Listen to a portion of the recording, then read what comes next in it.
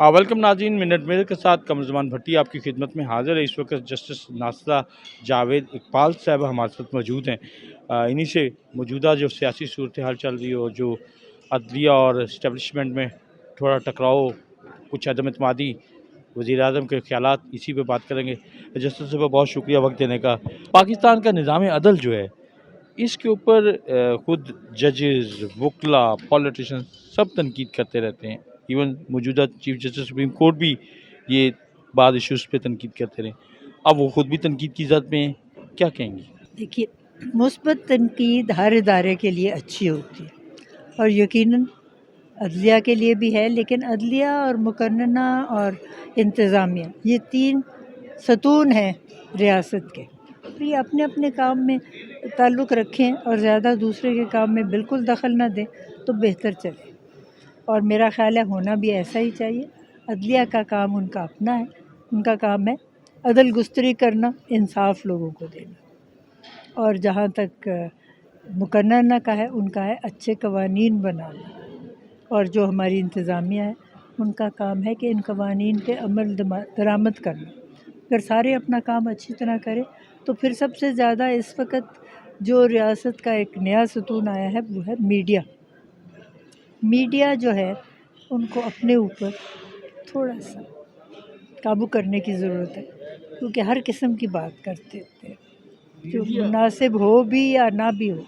अच्छा, मीडिया की भी बात करेंगे हम, लेकिन ये जो आपने बहुत सादगी से 3-4 फ़राइज़ बताए तमाम तीनों इदारों के, अदलिया के, मुकन्नना के, इंतज़ामिया के, ये इतने सादा है तो मसाइल क्यों पाकिस्तान के हल नहीं हो रही? ये तो बड़े आराम से हल हो सके, किया जा सकता। बात ये है कि असल में जिस चीज़ के लिए पैसे मुख्तज़ होते हैं, जो सरबराहान ममलिकत है, उनका उनके बग़ैर गुजारा नहीं। किसी ने स्पेन पे इमारतें बनाई हुई हैं, किसी ने लंदन में बनाई हुई हैं, किसी ने बनाई हुई हैं हॉलैंड में बनाई हुई हैं। तो इन सब का जब पेट भरेगा तो फिर ही पाकिस्तान की बारी आएगी। सबसे पहले पाकिस्तान नहीं है। तो ये तो आपने जिनकी बातें की हैं कि ये अपना बिजनेस बाय रखते हैं, सरमाया बाय लेके जाते हैं, इनका पेट नहीं भरता, ये तो शरीयत भी बाहर की लेते हैं। आपकी इंतज़ामिया के बहुत सारे लोग, हज़ारों की तादाद में अफसरान हैं जो डुअल नेशनलिटी रखते हैं। और ये मनमानियत होनी चाहिए कि कोई पब्लिक ऑफिस होल्डर की दोहरी शहरियत नहीं होती, बल्कि मेरा ख़्याल है ये पीछे इन्होंने नेशनल असम्बली के लिए तो ये कानून बना दिया था। हुमायूं अख्तर थे ना, और हारून अख्तर, इन दोनों की डुअल नेशनलिटी थी, तो इन्होंने इस्तीफ़े दे दिए थे। बल्कि मेरा बेटा तो उसी की सीट पे आया था, वलीद।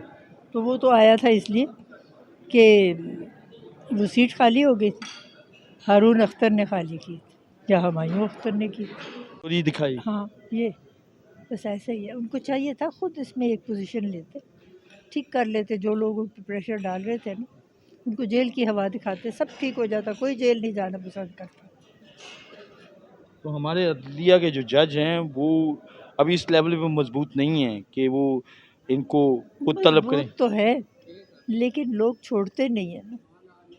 लोग सोचते हैं कि सब एक ही जैसे हैं, चाहे वो अदलिया हो, चाहे वो मुकन्नना हो, चाहे वो इंतज़ामिया हो, हर एक पे प्रेशर डालने की कोशिश करते हैं, और ये बड़ा नुकसानदेह है। इसीलिए तो पाकिस्तान तरक्की की मंजिलें जो है वो तय नहीं कर रहा। और अब आपके ख्याल में क्या ऐसा इकदाम? का नहीं, उन्होंने ख़त लिख दिया चीफ़ जस्टिस ऑफ पाकिस्तान को, chief justice Islamabad high court को, कि हमारे कामों में मुदाखलत बहुत होती है, हमारे पे प्रेशर बहुत है।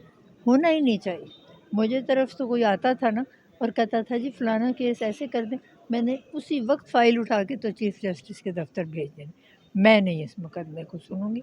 जब वहाँ पे कोशिश हो कि मुझे मुतासर किया जाए, फिर मैं कैसे फ़ैसला कर सकती? आपके ख्याल में ये जो 6 जज हैं, ये शिकायत कुनंदा जो है, ये उस स्टेटस पे पूरा नहीं उतरते जो जज का मनसब है? मेरा तो ख्याल है इनको खुद से उन लोगों को बुलाना था अपनी अदालत में जो इनको हिरासा कर रहे थे या जो इन पे प्रेशर डाल रहे थे, उनको बुला के ज़रा जेल की हवा दिखाते, ठीक हो जाते सब।